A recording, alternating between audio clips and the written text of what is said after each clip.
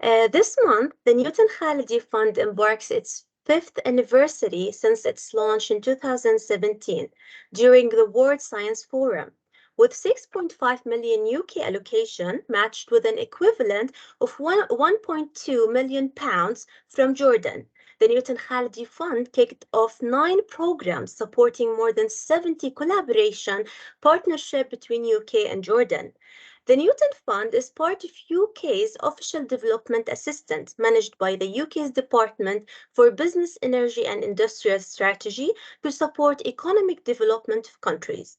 It was underpinned by an MOU with the Ministry of Planning and International Cooperation in Jordan to manifest the first science and innovation bilateral partnership between UK and Jordan. Between programs that address cultural heritage challenges in sustainable approach to early career researcher advancing workshops to industry academia links, the Newton-Khalidi Fund in the past 5 years proven its uniqueness, ability of integration, and the sense of ownership. This year will be the last year of the Newton Fund brand, as it is, where the UK will be replacing all its 3 research funding by one international science partnership fund that will open a new horizons for science partnerships and bigger outcomes. As a result of this transition, the Newton-Khalidi Fund team focused this year on delivering impact of previously funded projects and introducing new skills to the science community. Today is one of these deliverables, where we would like to introduce this discussion to shed the light on 2 important areas: the science policy interface and the food, water, energy nexus.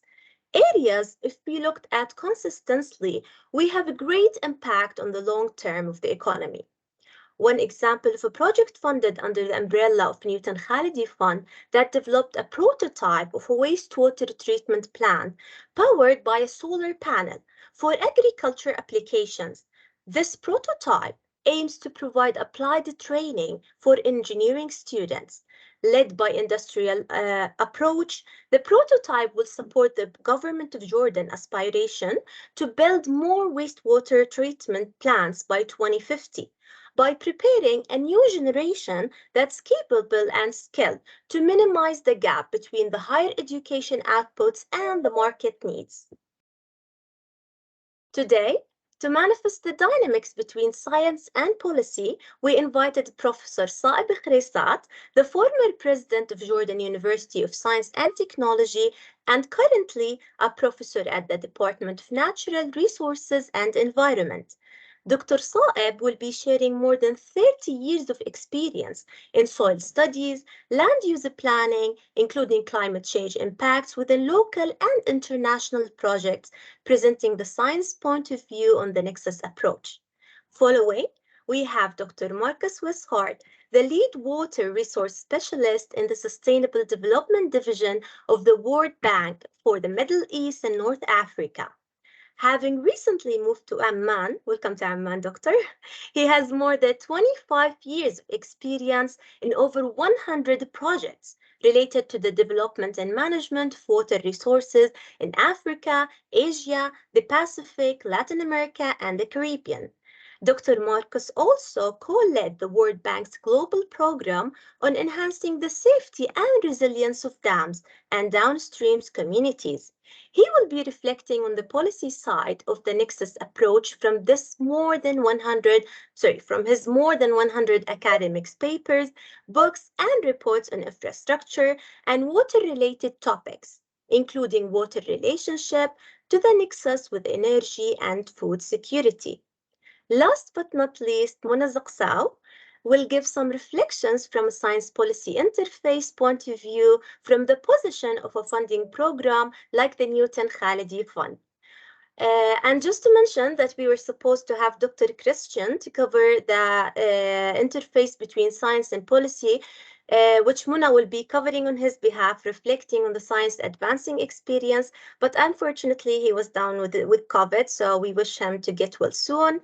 And Muna will be covering that from her experience as the Newton-Khalidi Fund manager and over more than 8 years of experience in several programs. So allow me just to put in the chat now the name of people joining us. Just a moment.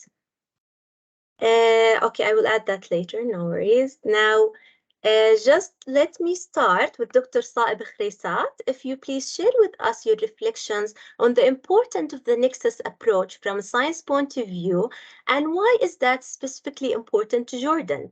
If you may come across the challenges in doing so and the positive outcomes of that. Dr. Saeb, the floor is yours. Uh, Thank you, Ala, and thank you, Muna, and thank you for the UK-Jordan partnership. And also allow me to greet my mentor, Professor Dr. Abdullah Al-Musa, the General Secretary for the Higher Council of Science and Technology. And I think they were the ones who initiated this Newton-Khalidi partnership in Jordan. And Sabah al-Khair, my colleagues, and I will start by saying Bismillah ar-Rahman ar-Rahim. When we talk about the water, energy, food nexus, this is the trilateral, what the pillars when we talk about sustainable development and when we talk about economy and environment. Today, I will shed some light on some of the water, energy, food nexus, science dimension, and also some of the challenges and some the way forward and what we need to do, particularly in Jordan and in the area regarding the water, energy, food nexus way forward. Uh, when we talk about the WEF or Water, Food, Energy Nexus, it's about we understand and manage this complex interactions between water, energy, and food. In fact, if we go back in history, the common goods, people are partners in three goods, common goods. And there's a say by Prophet Muhammad sallallahu alaihi wasallam, which says, الناس شركاء في ثلاث الماء والكلأ والنار, which is people are partners in water, energy, and food, which has been there for more than 1400 years as a common good. So it's not the position of any sector, it's a common good for all human beings living on this earth. So it's really those are the elements that are essential for human well-being, poverty reduction, sustainable development, for our existence. Recently, because of the crisis in Russia and Ukraine, we've witnessed this disturbance and disruption in the supply chain and the prices and food prices, etc. But maybe the resilience of some communities, and that came from the science part. They were able to adapt with those crises and its impacts. So even now, when we talk about, even if the world is living in peacefully without any disturbance, any disruption, any unrest anywhere, still the global projections indicate that there is a demand, higher demand for fresh water, energy, and food, and it will increase over the next decades. This is because of the population growth. Now we're talking about people, more than 8 billion, and who knows, we might get up to 9 billion in 30 years' time. And because also of the economic development. Now, this change in cultural habits also have changed the consumption behavior of many people. Instead of depending on starch-based diet, now many people are referring to meat-based diet, which is more consuming for water and energy, and at the same time, it has its impact on the economy. So those are with international trade, urbanization, and the technological changes, beside to the climate change. I'm kind of biased to talk about climate change and its impacts on the whole paradigm. We're witnessing those changes in temperature and precipitation. Jordan have done so many research and studies and reporting on the climate change projections. And currently, we are about to publish the fourth national communication on climate change and its impact on all sectors. So this is also, it's increasing on the burden of this water, energy, food let's say, the loop, the cycle itself. And also there's a competition. There will be sectors will be competing for water. Sectors will be competing for energy and also for agriculture, for mining. Recently, we had this debate in Jordan about the government allowing a mining company to do some mining in Dana Reserve in the southern Jordan. And the environments came up and say, what about the waste we'll be generating out of this mining process and the amount of water used for the copper mining or for gold mining, etc. So this kind of dilemma and differences in different sectors need to be brought together under a holistic approach where we can have intersectoral dimension of working together, and at the same time, this is interlinkages. We cannot say that I will tackle energy problem in Jordan or elsewhere without talking about water and without also talking about the food and the feed. So this is a thing that is becoming of maybe points of conflict, I would say, and what we have witnessed in Ethiopia and Egypt and Sudan. Now, this large-scale water infrastructure project, the Renaissance Dam, for instance, it may have synergetic impacts, producing hydropower and providing water storage for irrigation in urban cities. But however, this might happen at the expense of downstream agroecological systems and also with social implications such as resettlements, etc. At the same time, we have this, the bioenergy crops, biofuel, the biodiesel, uh, growing corn for biodiesel.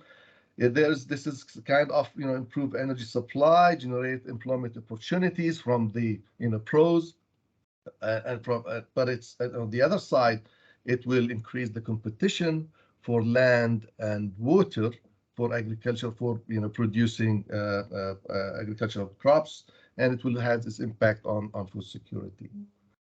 So again, this several concepts. There has been several concepts, and I would refer to maybe if there is a friend of mine and colleague, he worked at Purdue University, Rabi' Muhtar, and also he spent some work at the American University of Beirut. He did really great work on the water, food, energy, and he published some articles on this. And they thought, and this is actually, they mentioned that we have so many systems that are available, concepts, frameworks, and methodologies that are looking for those interlinkages. And because it's complex and dynamic and sectoral issues, it cannot be looked at an isolation from one another. So that's why in the science, in the research community, we need people from the agriculture, people from the mechanical engineering, from the renewable energy, from the water, from engineering schools, from environmental aspects. Also, not to forget the social dimension of social studies, which is very important. When we talk about social development, if we are incorporating economy and environment without incorporating the social dimension, this is not sustainable development. So even in science, it's the same story. In science, we need to have the social research, people from the social studies, psychological studies, cultural studies, beside to the engineering dimension and also the agriculture and all aspects in order to understand these linkages. Like I said, will have challenges for the economic, environmental, and social sustainability with the increasing demand on energy and food. One of the research enterprise framework is actually go for top-down quantification of interrelationships between the food, energy, water nexus, and environment, economic, social systems. So this is something we should keep in mind in the research arena and in the research community. I'll talk a little bit about economic systems and how it's embedded, the food, energy, water in the economic system. It's there from production to processing, transportation, storage, consumption. Production is not limited only to food. In fact, it represents all food, energy, water elements. Now, globally, agriculture, people always accuse us as agricultural community that we are the ones who consume the most of the water resources. But it's in Jordan we consume less than 70%. But globally, 70% of the freshwater resources are used for food production, which is you can find it in any of those reports coming from all UN agencies and think tanks and all institutes, research institutes. So when we talk about 70% going for agriculture, 30% of the energy and 70% of fresh water are used for food production. 30% of the energy consumed is for food production. Now, with the what's happening in Europe now, with the energy shortage supply, it will not only affect the heating and the quality of life in Europe, it also will affect the food production systems there as well. So this is something that is, people when think about energy, we think about transport, and we think about heating and the factories. Okay, so and at least 40% of the energy is consumed for water extraction.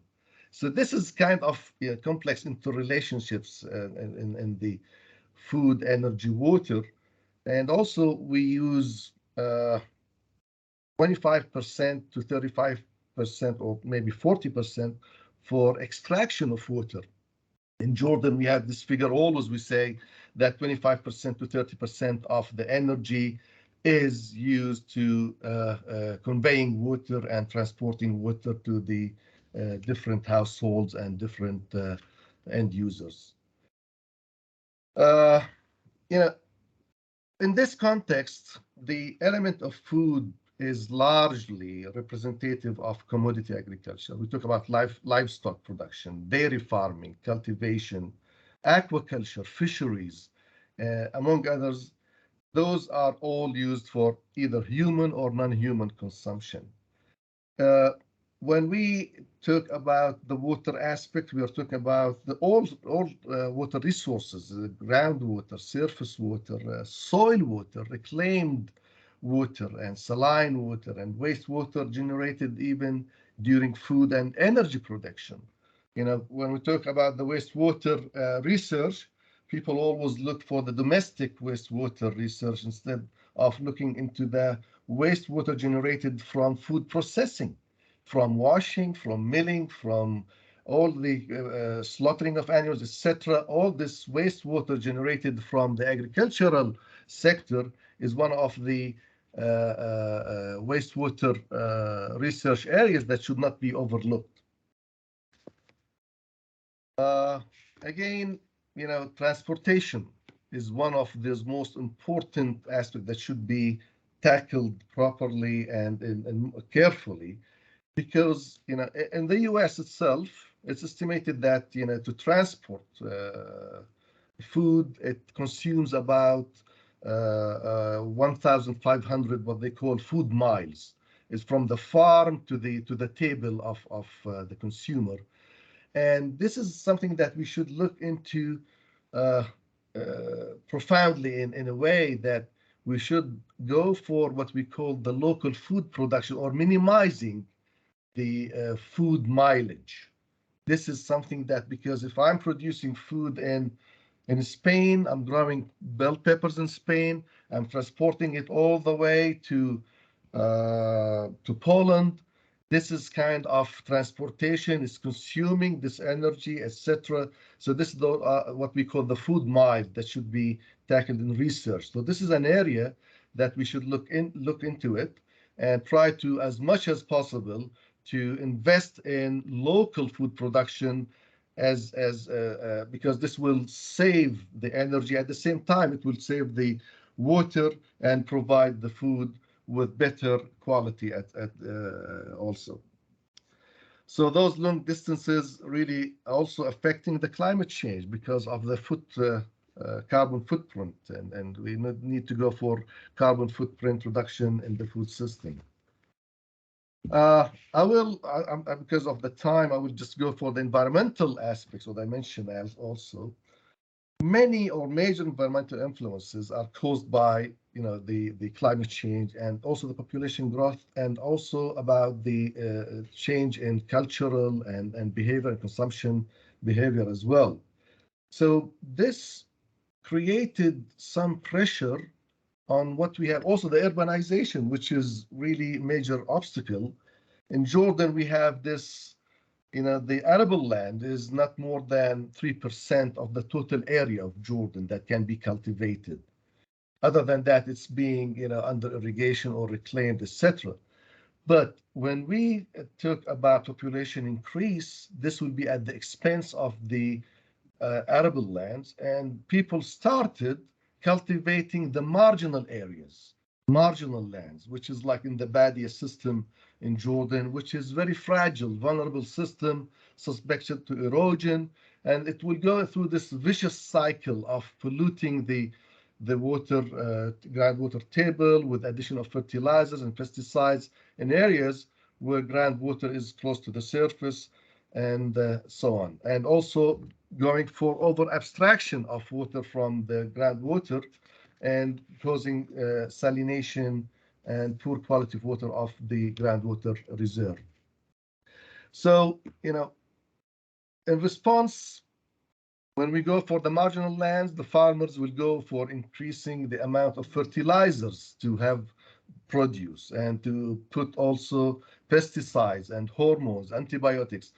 All those practices, although they are producing food, but they are polluting the environment. It's not because of the environmental dimension, but also of the water quality, and that we started suffering from their poor quality in some of those groundwater reserves and aquifers.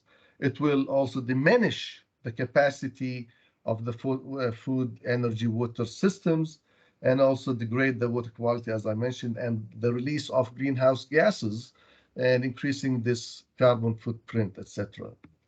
So the scientific knowledge is really the basis, and it should be embedded in all aspects.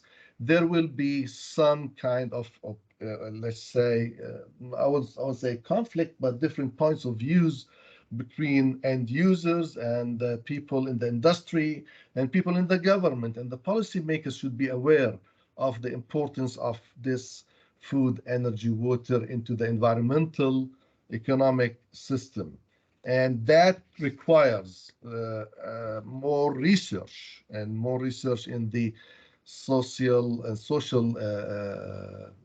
sciences and social behavior itself, because this will help in maintaining the systems, and also in the changing our way of consumption. Now we hear about this. There has been this seminar I didn't attend, but I heard about 2 weeks ago in Jordan about the food waste, how much food waste is being generated in Jordan. It's estimated that almost like 30% of food globally is being wasted, even in the produce. When you produce cereals in the field, there is some loss in the field.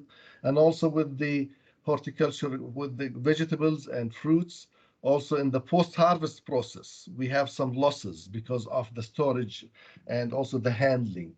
So this is an area, the post-harvest technology and innovative systems using AI, artificial intelligence, nanotechnology aspects. All of these would really help in having better food, water, energy system, and lesser impact on the environment, and also maintaining and sustaining the production of food and contributing to food security. So these technologies, again, nanotechnology integration can increase the effectiveness also of wastewater treatment, water desalination, and the renewable energy generation via solar cells, and geothermal also energy. I remember back in 2010, I was at the Higher Council then for short term.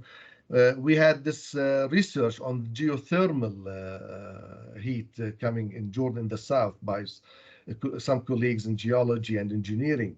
So this is something that we should look into: geothermal engineering, solar, wind energy, all these renewable energies. And the government and the policymakers should really put more effort and incentives and the legislations that will ease for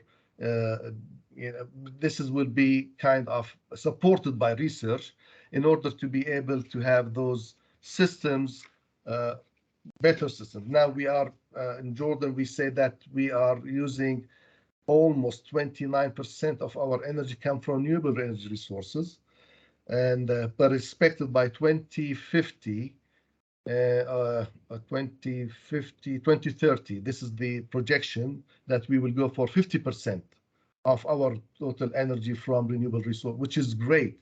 But we need to have more research and also to make it less costly, at the same time to see how this integrated with other sectors. I know that I took a lot of time, but I would just share some quick facts with you about, or issues that I've talked about. There's the demand for water, food, and energy is increasing. Food production and energy are highly water intensive. So this is something that we should always keep in mind. And the pressure on the water, food, energy nexus is really threaten the sustainable development goals and also the sustainability of agriculture. So the way forward, the government, research institutes, academia, researchers should really increase work on renewable energy resources and energy sources, from not only the application but also the advancement, and to keep with all the what's happening around the globe in the new methodologies and new techniques with the energy, clean energy. Sustainable agricultural is critical as well, because now we are moving to what we call controlled environment, urban agriculture. So this is something that should be looked into when we talk about the hydroponic systems and soilless culture, aquaculture, and using also artificial intelligence in the way we are doing this, irrigating the fields, the sensors, the moisture probes that are kind of controlled, etc. At the same time, we should not forget the ecosystems, that they must be valued for their vital services. When you talk about the ecosystem, we are talking about even the pest management, and we're talking about the services provided, etc. So this is another aspect that we should really pay more attention to. Besides to the integrated management of water use, water, food, energy, it must be a top priority. A top priority for the government, for research institutes, and I know that the Higher Council, they have these research priorities, and they put great emphasis on energy and water and food research. Some quick facts to end up this long maybe presentation, but again, 72% of all water withdrawals are used by agriculture. This is globally. 16% by municipalities and households, and 12% by industry. So it's typically, takes about 3,000 to 5,000 liters of water to produce 1 kilogram of rice. So that's why I mentioned we should look into this consumptive behavior, because if I'm wasting the rice, eventually I'm wasting the water itself, and also I'm wasting the energy to extract the water and to deliver the water to the farm, etc. So water harvesting and water conservation techniques can save a lot and improve this food production energy water system. And 90% of the global water, global power generation is water intensive. So we cannot by any means separate water from energy, from food. And there is this global water demand is projected to increase. Now we have this increased projection, more demand and lesser supply. So this is the dilemma we are, excuse me. So it makes me cough when we talk about water demand and supply. So this is anticipated that there's like 55% increase by 2050 on the demand of water. At the same time, we have this kind of reduction of the amount. So this is something that we should always remember before we go to bed and when we wake up in the morning, that this is number one in our research arena, in the scientific community, and also the policymakers and educators. I will conclude with this remark, and thank you so much for giving me this opportunity to talk about this important subject. Thank you. You're welcome. Thank you very much, Dr. Saeb, and thank you for the great lecture you have just given and the session. It's really amazing. And as Muna mentioned, actually, I was also the first. It's my first time to hear about food mileage terminology. It's the first time for me as well. So it's enriching as well. Thank you very much. Now, Dr. Marcus, we would like to hear from you the possible impact of the economy of the Nexus approach and the relationship with the government departments. How much science is needed in the policy conversations, and how to make these inputs most efficient by addressing the challenges of engaging with the science usually. So the floor is yours, Dr. Marcus. Please, you may start. Thank you very much, both for the very warm introduction and also for the opportunity to be able to join the conversation this morning. As advised, I haven't prepared any slides, and I feel somewhat intimidated following from such a very rich introduction to the overall context of the Nexus. I think this highlighted a number of issues which maybe I can come back to in terms of the discussion.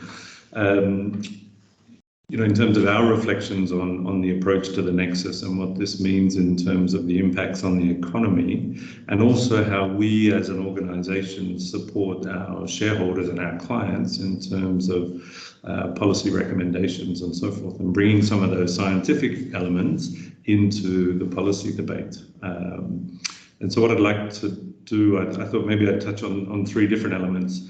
First, just give a very quick introduction to the World Bank Group, because I think it's important to understand that context in terms of how we relate to governments and the sort of advice and support that we provide within that context. Second, I thought I'd give a couple of examples of how we try to leverage the scientific outputs around this Nexus approach and use that to inform and hopefully improve on the policy recommendations that we quite often provide to government. And then third and lastly, maybe just some quick reflections from my side in terms of some of the practical steps that I see we can do on both sides of that equation.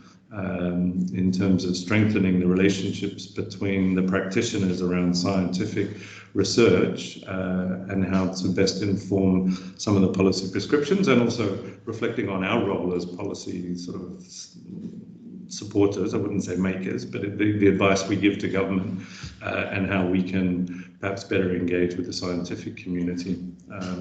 As sort of introduced, I've recently moved to Jordan. I've taken up this role as the lead specialist around water resources for the North Africa, Middle East. I'm currently in Morocco, looking at a number of issues that are highly relevant around this notion of the water, food, energy nexus.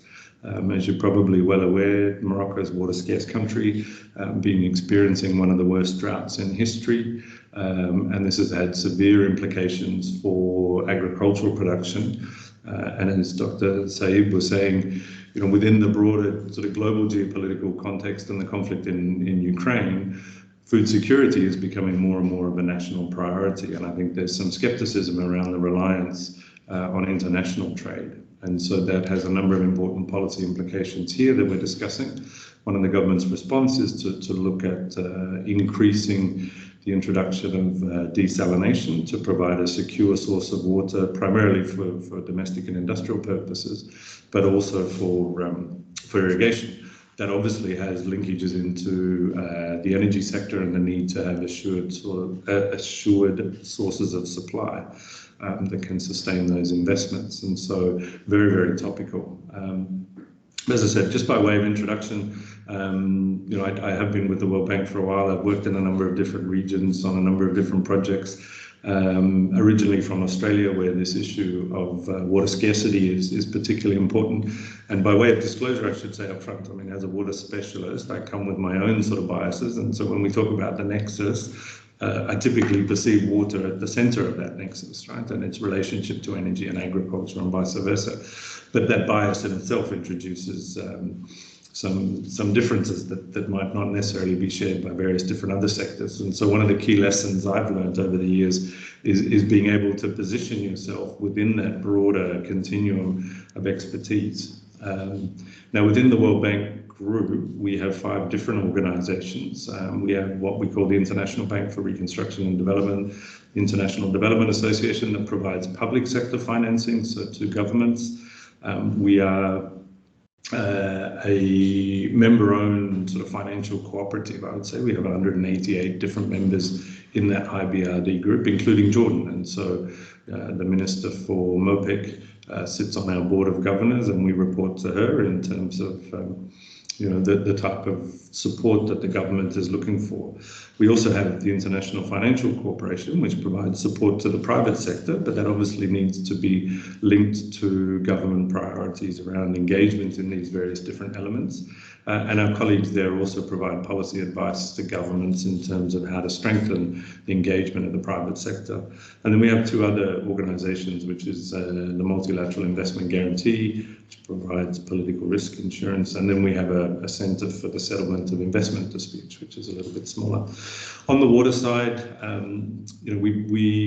think this year we have somewhere in the order of 130 different projects, either under preparation or implementation, around $30 billion worth of investment going into the sector in various different countries, including here in Jordan. So we have been asked to support government's efforts around improving water use efficiency in recognition of some of the challenges that the country is facing around water scarcity, food security, and so forth. All of that financing is really aligned with our 2 sort of primary goals, and that's eradicating extreme poverty and ensuring shared prosperity. And we do that through a number of different instruments, and those include financing for public sector projects, but also a large component of what we call analytical work. And this is sort of this is basic research, which draws a lot on the sort of scientific sphere and provides a link into some of these policy recommendations. And I'll come back to what that sort of means in reality and give some specific examples. But I thought it was fascinating that Dr. Saib sort of gave this historical reference in terms of the public goods. And I think we do lose sight of some of these challenges. I think we tend to focus on the near-term challenges without necessarily reflecting on some of the important historical elements, and it's important to have that context. I think when we look at the changing context, though, as he very articulately laid out, the notion of demand is changing. And so whereas historically we've dealt with sort of energy, food and water systems separately, there's increasingly interdependence between them with increasing demand. So we're having increasing population. I fully agree with this idea of increasing affluence. So we've seen huge gains in addressing absolute poverty globally, as well as in the region, and particularly in Jordan. But with that increasing affluence comes the change of diets that we heard about.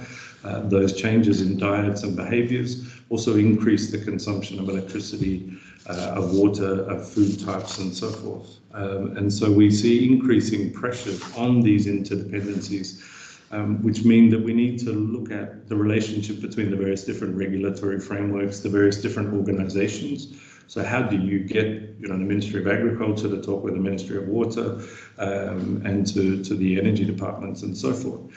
All of these require structural adjustments within the policy framework, as well as financial incentives and so on and so forth, to create those positive synergies that we need. Then we overlay that with the context of climate change, and we see changes in the availability of water. We're seeing increased demand for water, for electricity and so forth, as we need to cool our homes. And we also see big shifts in terms of the cropping patterns. and the agricultural practices.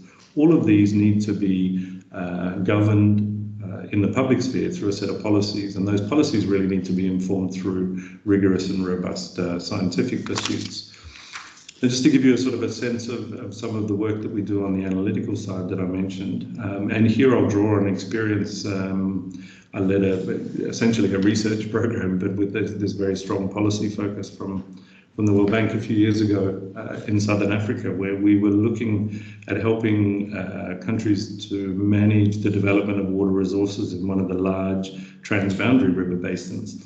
Now, each country had pursued separate strategies from the other countries, and we typically saw that there wasn't integration between energy, water and agriculture within the country. So you had a very complex dynamic where the nexus within the country wasn't necessarily optimized and very efficient, and then you had these tensions between the countries.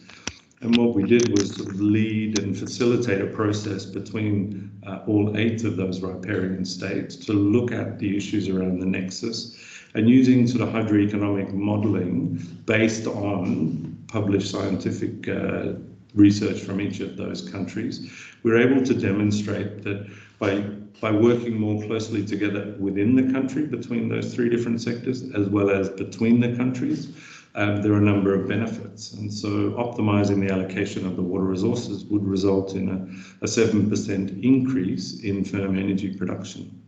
Now, the value of that cooperation and that coordination was estimated to be somewhere in the order of $10 billion over a 5-year period. So you can already see how the science there is being able to shape some of the policy recommendations. And I'll come back to sort of the political considerations that we need to factor into some of those discussions, because there's an important element there, I think, in terms of how far scientists and organizations such as ourselves can push on some of those frontiers. But we saw that in addition to the increase in the energy production, there would be nearly a 200% increase in the equipped area that would be supported through water from the river basin, and that could result in somewhere in the order of 250,000 new jobs. And so there's very clearly benefits that can be derived through this integrated approach looking at the nexus. Now, as I mentioned there, you often have a number of challenges between the various different government departments within a country, and you obviously have different sort of priorities between countries. And so in terms of bridging that link between the science and the policy, one of the typical refrains that I use in our discussions with government is that we can always advise on the technical elements. We can look at some of the environmental and social risks that might be associated with such ventures. We can also advise on some of the financial and the economic implications of those various different development pathways. But at the end of the day, these decisions are invariably political decisions. And so what is the role of science and also policy advisors such as ourselves in terms of shaping those decisions? Obviously, the calculus that the politicians and the government need to make around the governance of those public resources are very different. And need to incorporate other considerations outside the technical, the financial, economic, and so forth. But what science can do, and I think here it's where the policy recommendations also come forth, is to make the cost associated with some of those political decisions much more explicit. And hopefully those decisions are therefore, as a result, much more robust in terms of important implications that they will have around the sort of intergenerational wealth that's often combined or contained within those resources, those public goods around water, food and energy. And also in terms of optimizing some of the investment decisions. And here maybe an opportunity just to sort of bring it a little bit closer to home and some of the experience I've had as I transition into my new role here in North Africa and the Middle East, and specifically in the context of Jordan. So we've been looking at very similar sort of analytical work to look at the risks associated with climate change going forward on the issue around the nexus. So we're obviously in one of the world's most water scarce regions, not dissimilar to where I'm from in Australia, where we see increasing demands on those resources with diminishing resources themselves. And so we've been using similar modelling approach to look at the implications of a reduction in water supply or water availability and the economic links to that, and then using that modelling approach to inform a series of recommendations. And what we see here is that in the North Africa, Middle East region, 20% reduction in water availability is going to result in somewhere between a 5 to 10% decrease in GDP.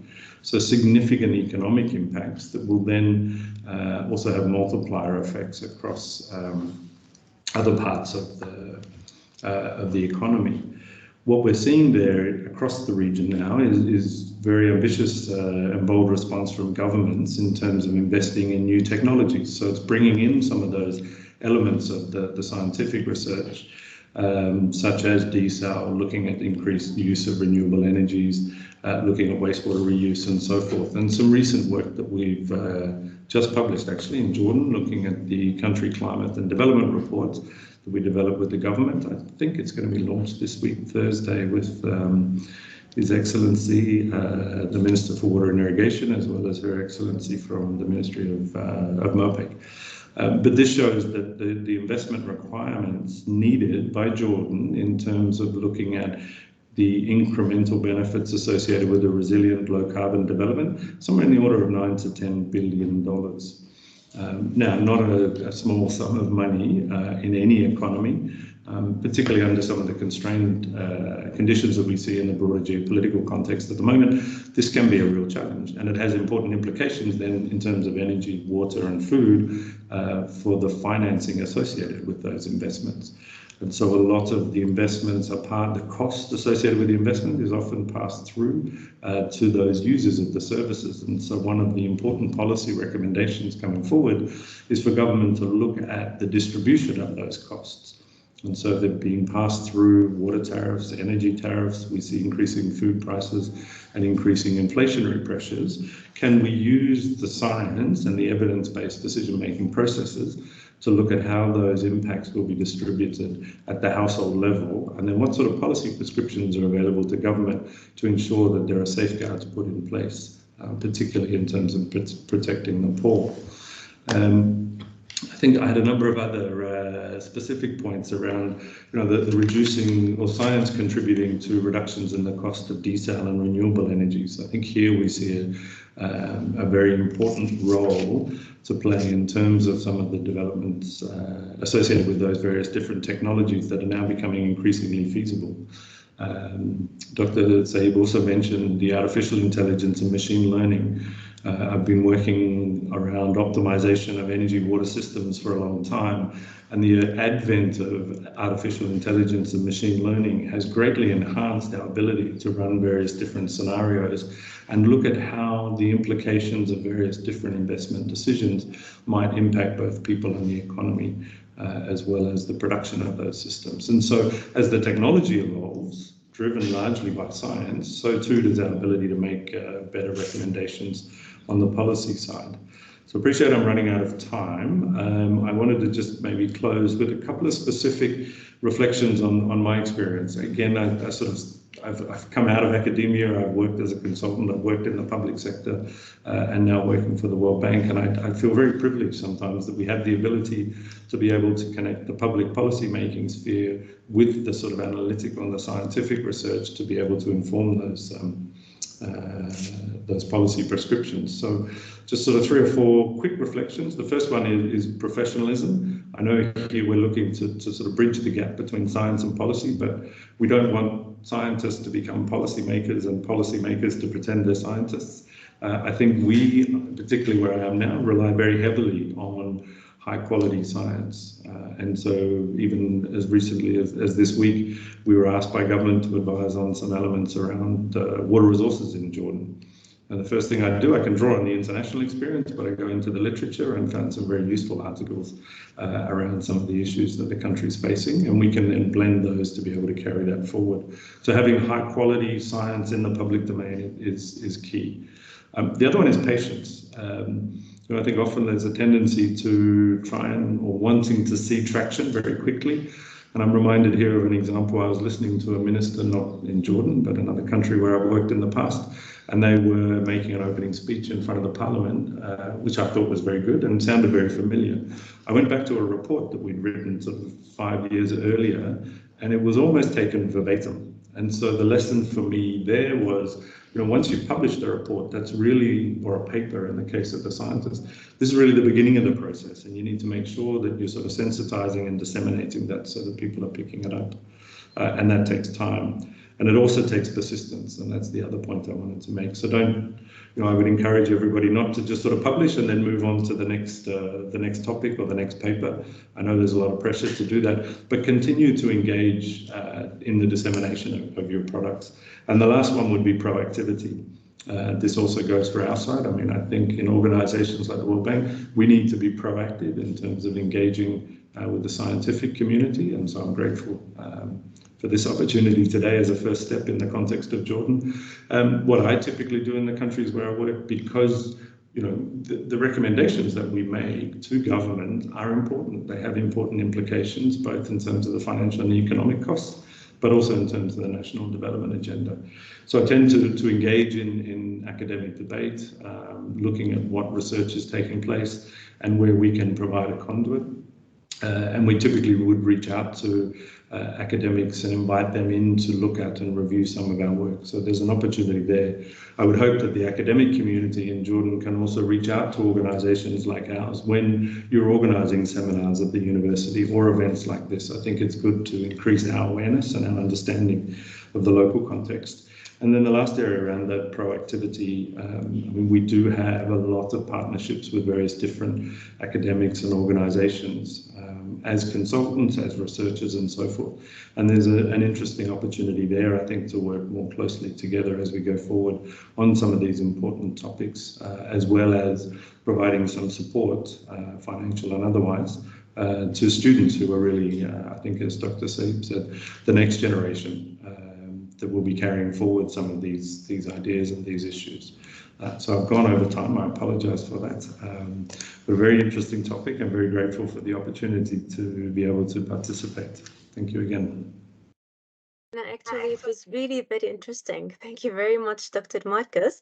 And just to summarize, as you mentioned, the take-home messages. So in the nexus between policy and science, you mentioned professionalism is really important, being patient, and proactivity, just to summarize a bit from what you have been talking about, and moving to the science and policy and connecting the dots with Muna, if you can share views and remarks on why the science policy approach is important. Will there be resistance, and why, or how to overcome this resistance? The floor is yours, Muna. Thank you so much, Ala. I have to say, now I'm the one intimidated following these two great presentations with a very short notice to cover. So for the other participants, I just wanted to flag that we were supposed to have Dr. Christian to cover this part of today's discussion, which is the science policy interface. But he sadly got beaten by COVID. We wish him speedy recovery, but I will be reflecting on this sector. I'm happy that it is this one, at least I have the experience, I have the proper courses and L&D. Otherwise, I wouldn't be able to cover for Dr. Marcus or Dr. Saib for the great presentations. So I really enjoyed the presentations, and I've been doing the reflections while listening to what you've been sharing. And this, what I'm going to share now, gives like a summary and next steps for anyone who's willing to take the science policy interface, because most of us as scientists or policymakers, we come into that interface, and I think it's really important to know how to overcome the challenges that we might come across. And I mentioned at the beginning of this webinar in the introduction that this webinar was basically to focus on two main points: the Nexus approach and the science policy interface. And we've heard the two presentations, and mine will be like more of a summary. So to summarize, I just wanted to give the distinction between these two, just to give the context for what I'm going to follow on, which was mentioned, but just to wrap up things. So science is basically, and as most of us know, is about including evidence, having methodologies, having early predictions for like global challenge, pandemics, like the COVID or the climate change even. So science has been addressing these issues long time ago, but using a different channel, a different approach, different way of dissemination, let's say. Policy making is more about the social and technical process, blending the information collected, having debates, as you mentioned, Dr. Marcus, having a joint agreement on what the next steps on addressing these issues.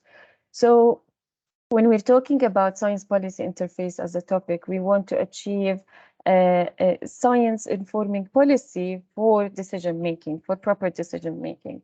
So when we're talking about science-informed policy, it is about the information input that will shift the focus on evidence and having the process of a blended information that will follow the reason and the weighing of the information sources based on their quality. So we're talking also about the quality of information, whether that we're collecting or we're putting out, and I will come a little bit later on what we mean about the quality of information that comes out of really prestigious journals in science point of view, but how will that be of quality for policy actors? Science, as we know, include both natural and social sciences. So even with the Newton-Khalidi Fund, when we're talking about science, we're not only talking about laboratory science where we mix things up like when we imagine science in our heads. It's more than that. It will include social sciences, interaction with communities, and how the people are addressing challenges as they appear. And we use science-informed policy making instead of evidence-based policy making because science goes beyond evidence and it provides methodologies and experiences. Dr. Marcus, you touched upon the fund through the World Bank to the research. For example, you mentioned that there is also the fund that goes to research analysis and the analytic approach. So I wanted to highlight that this also provides the difference between analytic approach from a science, from a policy lens, and what science informing process can give and can highlight. In terms of research, over the past 30 years, science-informed policy has been increasingly adopted along the years, and there were two reasons behind using science-informed policy. First of all, using science and the evidence produced from science work and collaboration, it depoliticized policymaking in a way because it's based on facts, research, history that has been around this scientific, let's say, lens, but also focus on what will work. So in other words, science aims to reduce certainty, and in policymaking, we know that uncertainty is something we don't need to deal with because we need decision making.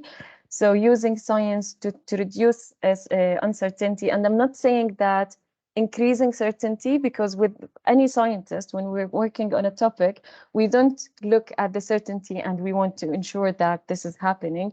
We look at the uncertainty and we want to reduce that by seeing the factors that are affecting this problem or issue and how to overcome it and so on. So just to highlight that there is a difference between the two approaches. So reducing uncertainty is one part of the equation, and the other part, and why this is one part, because policymaking is not only about handling uncertainty and gathering information, it's also about having a joint agreement. So when we talked about debates, negotiations, so it's not only about gathering information, having less uncertainty, but also about reaching to an agreement between the stakeholders involved. So the science informing policy has been known as providing evidence. So far, recently, it proved to have 3 channels. In the past, it was about collecting information. The recent practices has proved that it is also about automation. And both speakers mentioned the use of artificial intelligence, for example. So it's also important using artificial intelligence into informing policy and making the policy actors' lives easier in informing the decisions that they make. And also using the technology to support policy through collecting data for policy evaluation, because it's also kind of learning from the process, because not all the policies will be working well for all environments. So having the technology for the evaluation is also a useful tool, and this also comes from the science sphere. Having this introduction to the science and policy interface, I will start with the, let's say, challenges of this interface bringing science and policy, and these will be summarized in four areas. First, misalignment, then mistiming, miscommunication, and misuse. And when we're saying about misalignment is basically the different priorities. When a scientist want to address an issue, it's not for the same priority when a policy actor is going to address that issue. So it's important for a science policy interface to understand that from the outset. It will help in bringing the mutual priorities together, and also going to the next point, the timing. So mistiming is also another challenge, because the result is of the different factors affecting each sphere. The science is about topics of interest where data is collected, analyzed, results interpreted, and then peer reviewed, while policy making is about dealing with problems currently taking place in real world. So, for example, when we're talking about climate change, scientists have been talking about climate change years and years back. But now, since we know that we are seeing the impact of climate change in the real world and on our lives, we started to have more policy discussions, and we have now like leaders from the countries getting involved. COP has been happening for years back, but now we can see that the leadership of each country is attending and having a say and trying to encourage all the stakeholders to take part of that.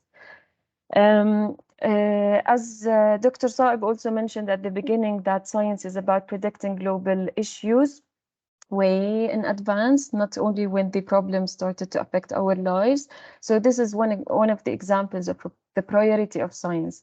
We just need to like detect where possible problems might happen before it happens, because this is how we need to progress in the science, academic, whatever the career is taken. But we don't, as scientists, we don't wait for the problem to happen. While for policy, it's about setting a framework, pragmatic approach, like let's say a fast approach as well to address the problem upon arising. The third point is the miscommunication, and with miscommunication, it's basically, and I think it's a very common area for everyone, the language. So for scientists, I keep saying use because I do tend to be a scientist more than a policymaker. Apologies for that, but I would like to stay in the middle point. But the technicalities used by the scientists, it cannot go into any policy making process. And I always mention that actually not every scientist can read a publication by another scientist from a different department, different major, and fully understand that. So the language, the communication, and even the difference between the outputs that we need from that science publication. So what do we want to get out of that science publication, and where do we want to apply it? And the other point on miscommunication is not all policy actors have access to the outputs of the science publications as well. So as scientists through academic institutions, they have access to the journals, let's say, and all publications, but not all policy actors do have that access. So this is about miscommunication. The fourth and last point is about the misuse. And when we're talking about the misuse, it's because of the previous points that we mentioned, either the communication, either the timing, either the priorities. And this will sometimes force the policy actors who need to have a quick decision on a certain issue to take shortcuts, even if they're using the same proper resource channels, but they wanted something really quick. So taking a summary without looking at the methodology, for example, they might miss some of the facts that are important for that decision making, and then will misuse the information from the resource that they should use. So the misuse can be like a consequence of the misleads that were mentioned earlier.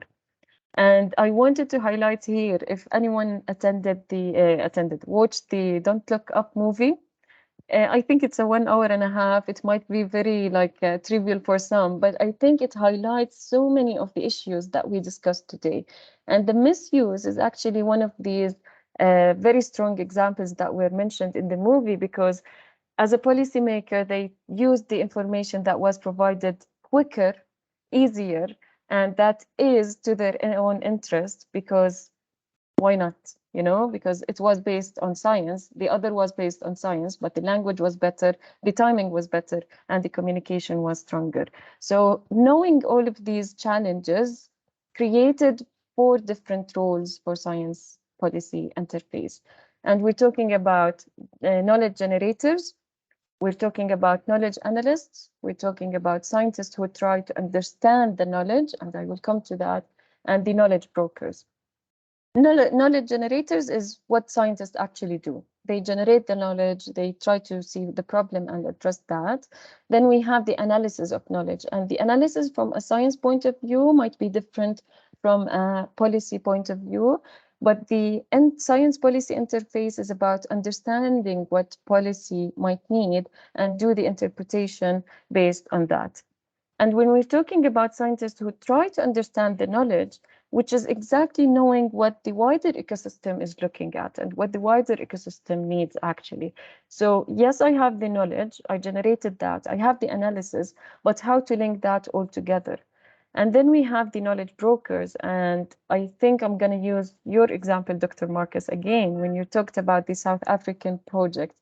And you used some numbers on how the pressure on water in South Africa is impacting the GDP. So this is actually the role of the knowledge brokers, giving you the direct link that you will use for your policy decision-making process. So these categories include actors such as researchers, policymakers, boundary organizations. So it doesn't have to be either scientist or either a policymaker. Anyone between these 2 areas can work on that. And the very interesting term that I came across is that these people are called boundary spanners. So people who are between these 2 spheres, and it might be individuals or it might be organizations. For example, the Higher Council for Science and Technology in Jordan is a boundary organization, being the umbrella of science and technology and working to inform, for example, the parliament on anything that might come up with from the science community. This is one of the examples of boundary organizations. Another example is the Science and Technology Policy Fellows, American Association for the Advancement of Science. This is a PhD program, for example, for PhD level scientists in policy settings, primarily within the US, of course, because we're talking about AAAS. Scientists in this policy fellowship will be acting as decision makers or supporting the decision makers. Either way, they scope political and policy processes and how different actors view and understand available research. So just to wrap up all what I've mentioned, to keep some space also for the questions to the audience, the science policy interface, if we want to have a definition for that, these are the social processes which encompass the relations between scientists and the other actors in the policy process.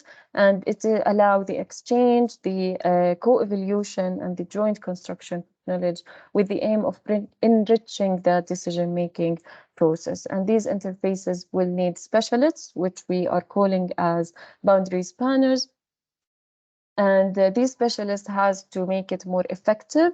And if this picture is clear, then we can work together to better inform policy and help the world to become a safer place with early science predictions properly interpreted and communicated, and the more certain decision making.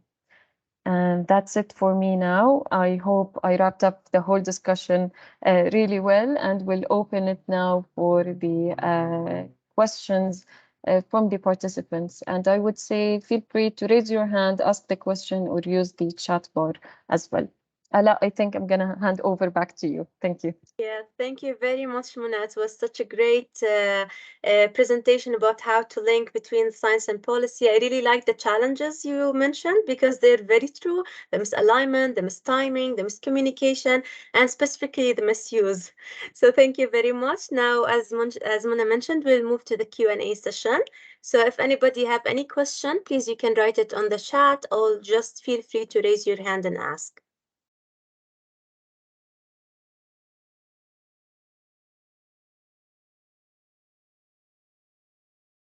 Actually, we already have a question from Muna earlier on the chat, so maybe we can start with this question, and then while we're reading this question, you can think about other questions.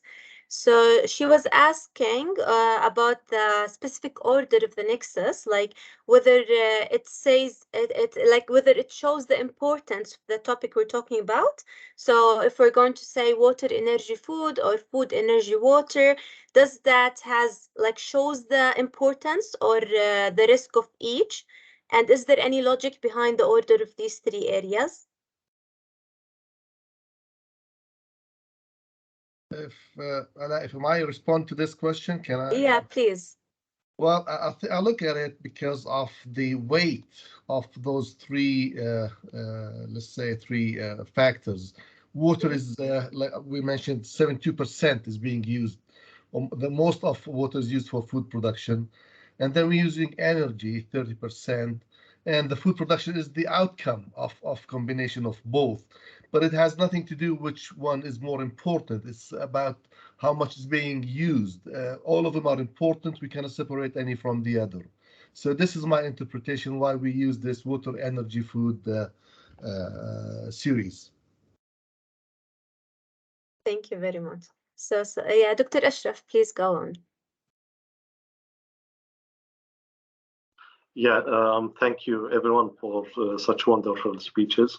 I just want to ask you, well, first of all, I'm a representative of the academic sector here in Jordan. And when it comes to that liaison or to start that cooperation to work together between the private public sector, between academia, industry, and decision makers, sometimes I think that we have something missing in Jordan in terms of creating and integrating all those efforts under one umbrella, as one has just mentioned. Well, we have HCST here, and they are doing a great job in terms of this liaison between academia and industry.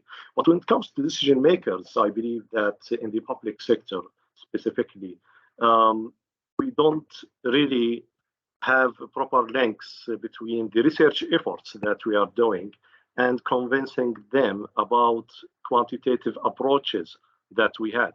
Simply because too many terminologies, they are not really deep into it, and they don't really find it easier to grasp until there's a middle layer somewhere that takes all those quantitative measures, translate it into KPIs and qualitative entities, and then get into the decision makers and simplifying things into reports, telling them what they need to do and what not based on their views and priority themes in the country. So speaking about this mid layer, I don't have anyone specifically needed to answer this question. So it's maybe three of you or whatever you see suitable. How we can create this middle layer between the academia research and the decision makers. Thank you so much.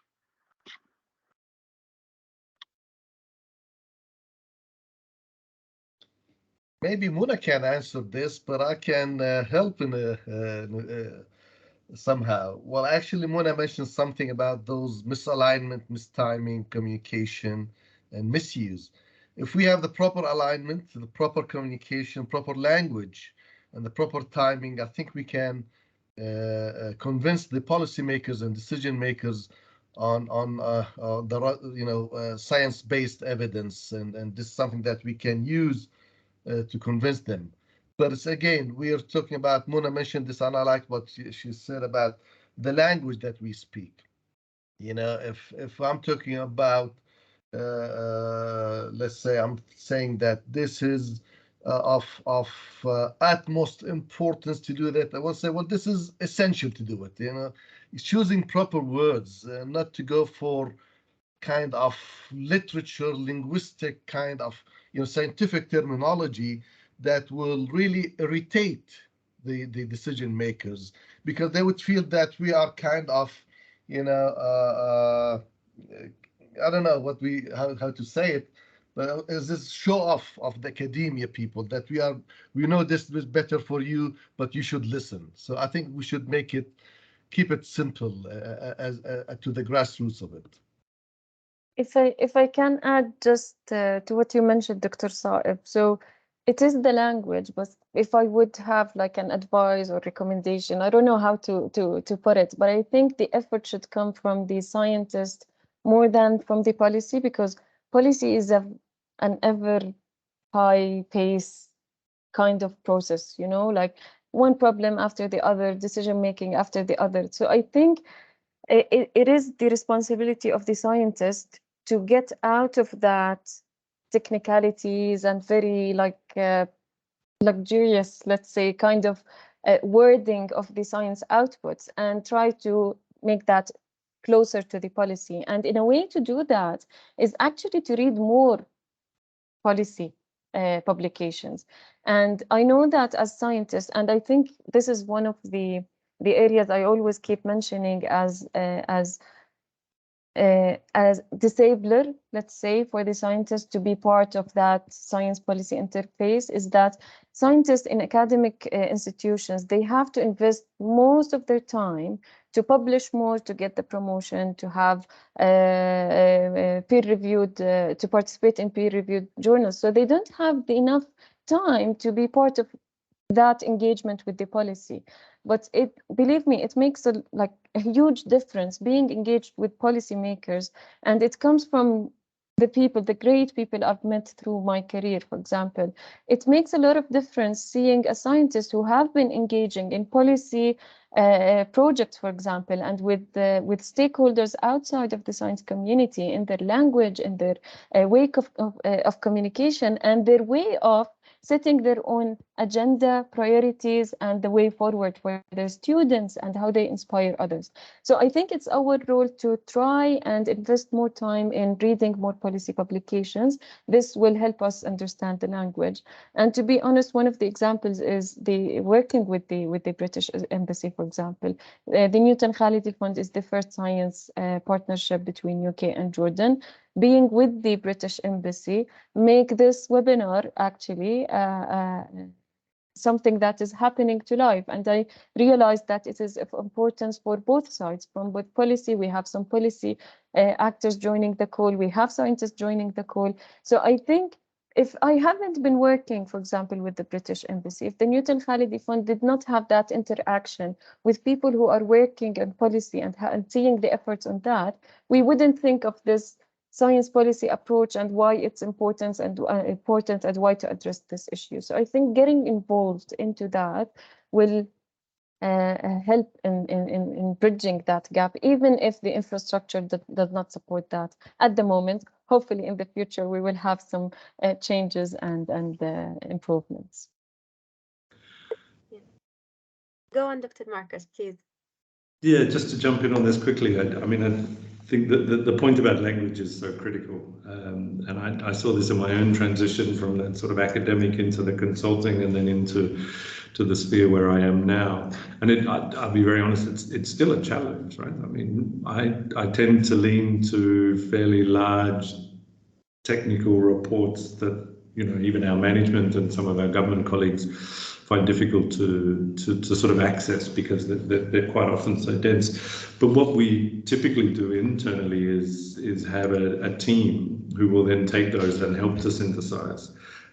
So for example, if we do a large technical report, 100, 150 pages, it might be published, but there'll be sort of a 5 or a 10-page policy brief that's prepared with support of specialists in the communications field, who then also help to distill that down into 1 or 2 sentences that are put out into social media and so forth. And I see colleagues working in the university space increasingly moving toward a similar sort of approach, where you can't expect all people to be all things, and so sometimes having a specialist who can look at it through a fresh lens and ask questions about why you're saying this or using these particular language, and distill that down can be very useful.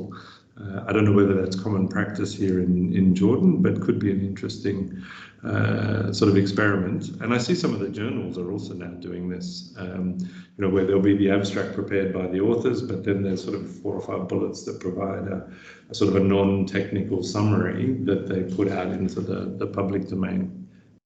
And then the last one is just to pick up on a comment that Muna made, which I thought was excellent.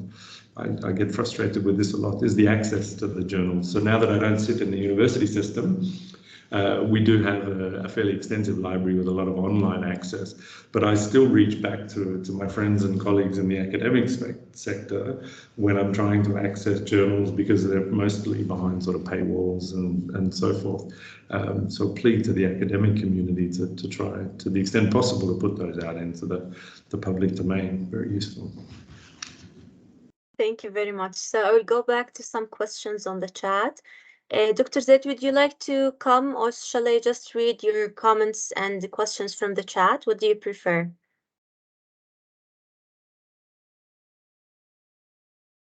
Okay, then I will just go on and read them. So Dr. Zaid is saying that many academics lack the skills to communicate with policymakers, which you have already mentioned, Dr. Marcus, when you talked about professionalism, when you said that we don't want scientists to be policymakers or policymakers to be scientists, we want just them to interact. So he's asking if we can have a project whereby academics are trained in writing policy briefs out of their strategic science publication.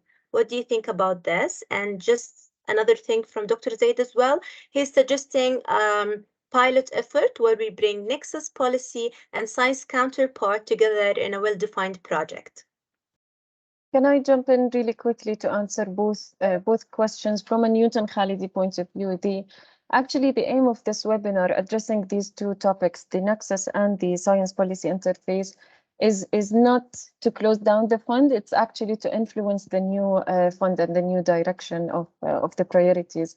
So after this webinar, we're going to have like a written publication, sort of publication of this rich discussion and the feedback that you added in the chat, in a way to try to influence these needs and to try to bridge the gap between 2 spheres. I hope this is what you were looking for, Dr. Ziad, but also Dr. Saib and Dr. Marcus, if you have anything to add, please do. Well, I just, not all researchers are good extension officers, let's say. In agriculture, we have brilliant researchers, but they cannot convey the message to the farmer. So that's why we have extension officers that are trained on how to address the language itself and the patience Dr. Marcus talked about, and persistence and advocacy. Keep on doing this. But again, we don't expect to have that all researchers, all scientists can have this, proxy and work with the policymakers. Well, one of the things, other than having what's been suggested as a workshop or project on developing those skills, I would suggest and advise that if people, just participate in any kind of workshops, sessions, seminars, to listen to the other side, to listen to the policymakers, what they want, and mingle. That combination Dr. Marcus talked about, coming from academia, working in consultancies, and working with the World Bank Group, this enriching your tools, make you have better tools to communicate. And I think if we don't, and I always stressed on this when I was the president of the university, telling my colleagues that we should, and everybody should, get outside the boundary we have, this perimeter, the premises. We should go out to the industry, should go to them, don't wait for them to come to you. So if we don't mingle, if we don't listen, if we don't communicate, again, it's communication, it's language and communication. This will help, let's say, having better tools and this partnership. I would just say also that the Higher Council, I like what Muna said about boundary organization spinners. The Higher Council acts as the facilitator and bringing the academic and researchers with the policies, and even when you talk about the structure of the Higher Council board, there are so many decision makers there, being presided by His Royal Highness Prince Al Hassan. So this is the let's say the way we can go to the Higher Council, try to commercialize, and also to try to sell our ideas, try to convince others with what we have in the academia and the research. Thank you. Dr. Marks, would you like to add anything before we move to the next question? Okay, so we have a comment and question from Wadad. Jordan has a very well prepared policy framework with regards to climate change, the NDCs, the National Green Growth Plan, the National Adaptation Plan. The legislative field is exhaustive. However, the concept of Nexus seems only applied to the scientific debate rather than the policy-making process. If you were to make a policy brief, what would you suggest to the government of Jordan today to improve the connection between policies and actions? So I don't know if Dr. Marks, would you like to go on this as an advice for the government of Jordan to improve the connection between policies and action? Well, thank you very much. Maybe not specific to the government of Jordan in this particular forum, but some generalizable sort of lessons, I think, that come from experience across a number of different countries. I think the challenges are very similar. I would say, though, that the Nexus approach is definitely not just sitting in the scientific sphere. So this is definitely getting more traction in the mainstream. As I said, we've recently, or this week, publishing this country climate and development report, very much has a strong Nexus focus. And that also has a number of policy recommendations for government. Clearly, the ministries have individual mandates, and we see those mandates change over time. So governments often go through institutional reforms. We see that in the water sector, where typically there's a heavy emphasis on the early stage foundations around providing potable water and so forth, right? Some infrastructure. But once those targets are met and there's universal access, we typically see the water ministries sort of translating more towards natural resource management and stewardship and so forth. So the institutional evolution is important to make sure that government's architecture is keeping up with these trends. I think there are a couple of other quick things: data and information, putting that out in the public domain, making it accessible. You'd be surprised how many government agencies don't share data and information between themselves. I'm not sure about the context in Jordan, but definitely every other region I've worked in, this is a big challenge. So having sort of open access, publicly available data is particularly important. And then looking at improving on using that data for the spatial planning. I think where you can start to identify opportunities where water, energy, agriculture sort of interface, then I think you can really target the interventions and bring together the people that you need from the various different sectors. And then the last one would be on stakeholders and communication. I think that's the other area. Given the multitude of all of these government documents and policy frameworks and so forth, making sure that you're sort of continuously communicating, not just within government, but with all of the stakeholders in the various different sectors, I think is particularly important.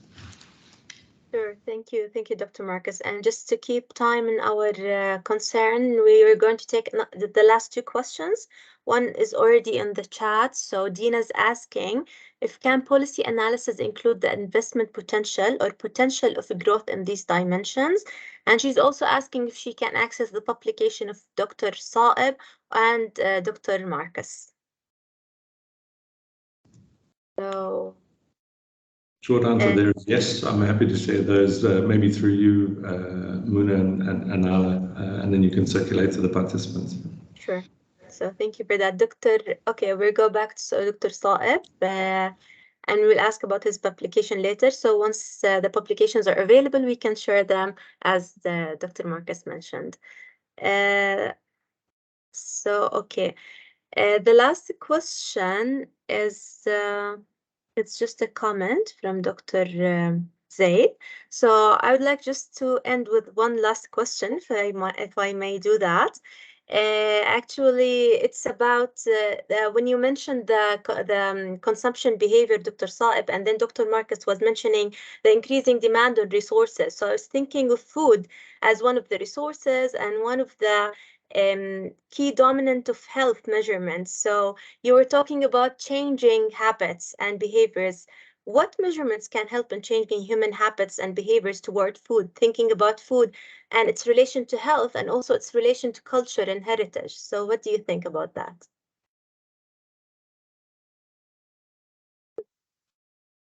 Well, okay, maybe, and Marcus can help me with this when it comes to the inflation and increasing interest rate percentages. Part of the consumptive behavior we have is because of the ease of getting access to money. And this is what really changed some of our cultural habits and even the consumption behavior. So this is something that we should look into very carefully. But the other thing is, the best thing is to go for the awareness of people and how this will really affect you. Now, again, what we'll be talking about is the science. Now we should talk about the facts and figures and convince people that this is what's going to happen. We are suffering this week in Jordan, in Amman per se, from water shortages. We don't have water this week, pumping water.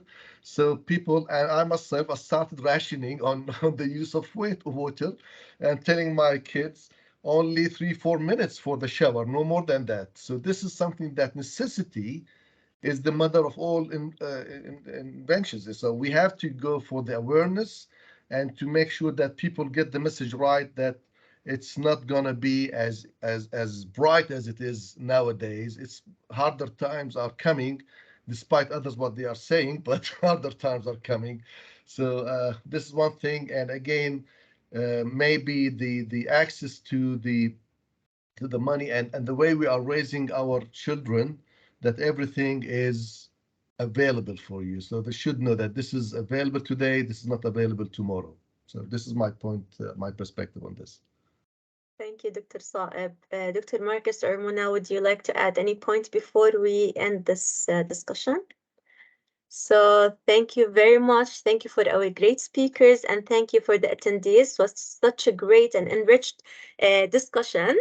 Thank you for attending today and we're done on time, just 2 minutes later. So thank you very much. Have a nice day, everyone. Goodbye.